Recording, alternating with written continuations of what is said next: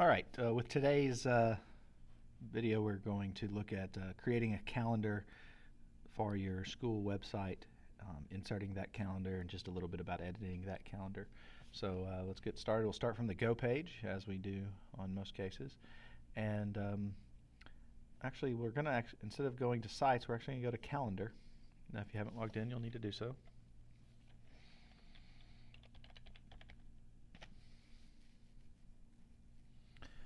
And you'll see I've got some two different calendars selected over here, and I've got a long list of calendars, which if you don't have that yet, you will, because these are mostly labs and computer carts and things like that. So you'll need a calendar for your classroom that is separate from your personal calendar, which is your school calendar. Mostly because in this calendar you will have you'll get invitations to ARDS, and so then that information would show up on your calendar. And so if you insert this calendar into your school website, you'd have confidential information about students being shared with the world, and so you don't want to do that. So I'm going to just go ahead and unclick that, and you'll notice those things left. And then it's a history calendar, but I'm doing this in the summer, so there's no events here. And so I'm going to show you how to create a calendar. And the first thing, so you're in your calendars, and you see here where it says create, and you click on that. Actually, I'm sorry, that's incorrect. That would be creating an event. So here, you click on the little triangle there, and it says create new calendar, which is what you want to do. And so we're going to create a test calendar. And you can just call it test if I haven't already done that in the past. Okay, and so now I have a calendar that should show up here, and there it is, test. And so you can then add things to this calendar. So let's say there's a test on Wednesday, and so chapter 3 test. And I create the event, and I've added that to my calendar. You can change the color. It kind of automatically picks a color. You can adjust those kinds of things. But I'm not going to go into all those things on this particular tutorial. So that's the first thing you've done. And then now you can actually also add more information to that. So let's say you wanted to add a attachment to that, like the review or something. You might do that actually on a prior day. So let's say you handed out the review on Friday. So we have chapter 3 review. And so you create the event, and then you want to edit it, and so you would then add an attachment. To do that, you would simply click on it, and then if you already have your review in your Google Drive, then you'd simply click on that document, click select, then you'll notice it says attachment, and you click save. And then when a student comes, they would click on this, and they would have an option. It would say more information or something like that, and they would click on that. And when they did, it would come up, and it would look similar to this, but much less information. So it would have the title and the date, and then the attachment, and that's about it. And they could click on the attachment and actually then get the review for the test. And you can post all of your notes that way as well. So that's one way of posting notes and information, handouts that students might need or lose. And so it's a good resource also for students that are absent. You can direct them there to get the information they need. So that is one thing, one way. So we've created a calendar, we've put an event on the calendar, we've actually added an attachment. Now, if you have, let's say you have not created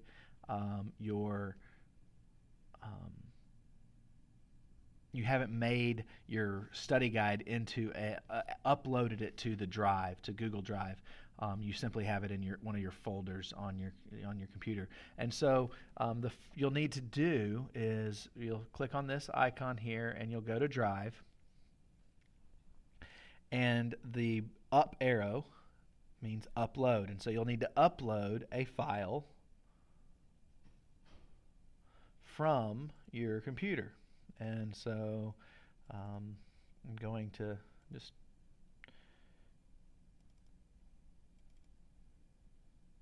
put the study guide there. And now it's uploaded to my computer, or to my Google Drive. It was already on my computer. Now it's on Google Drive. You've got to make sure you share that document, because right now it's only I can access it. But I want anybody to be able to access it.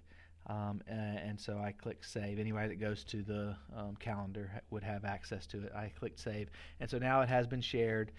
They cannot edit that document without like downloading it and saving it to their own, and so they then could edit it. But that would still not change the document that is on your website. So somebody can't change it and mess things around for future students or anything like that.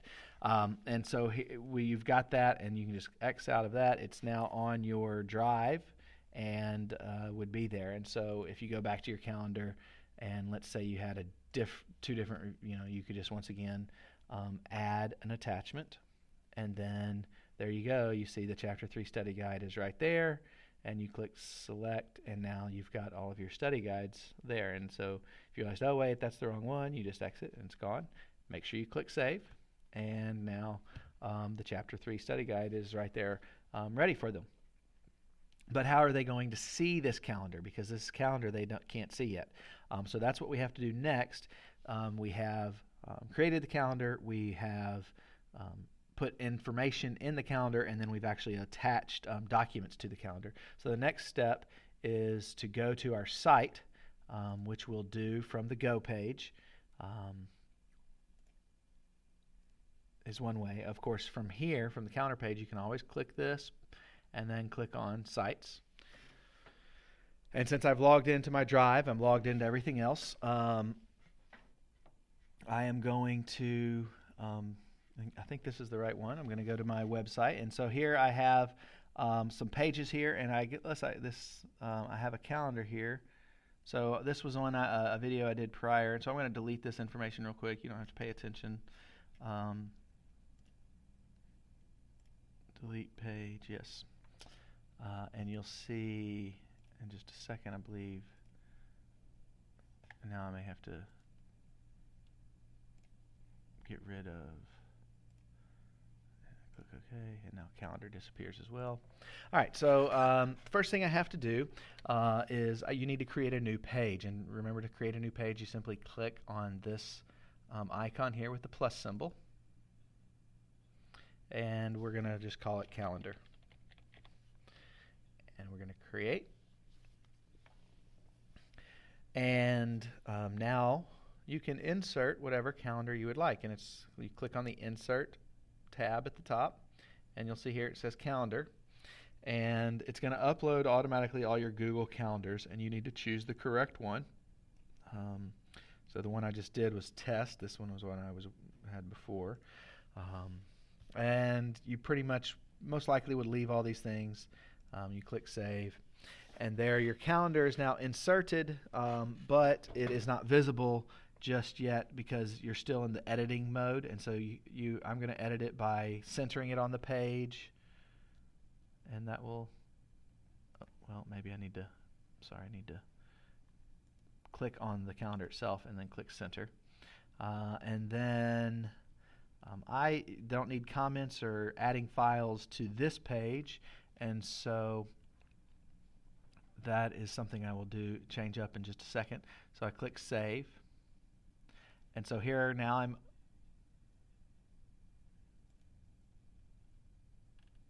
it's interesting. There should be a calendar visible right here.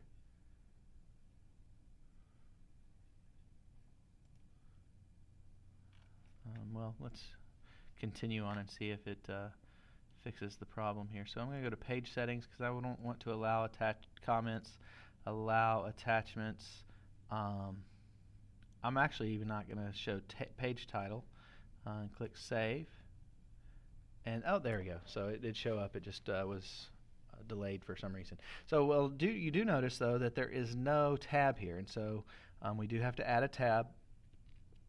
And that's going to be visible on every page, so it's something that's going to, it's editing the entire site. I hover over this area, click on it, and I am now going to add a page, and I'm going to add that calendar page that I just created, and it is a tab already, and I click OK, and there it is. And now I close out, and so here I have my different pages that I've created so far. And for some reason sometimes the calendar is not showing up here, which is fine really, because there is no this is not where you edit the calendar.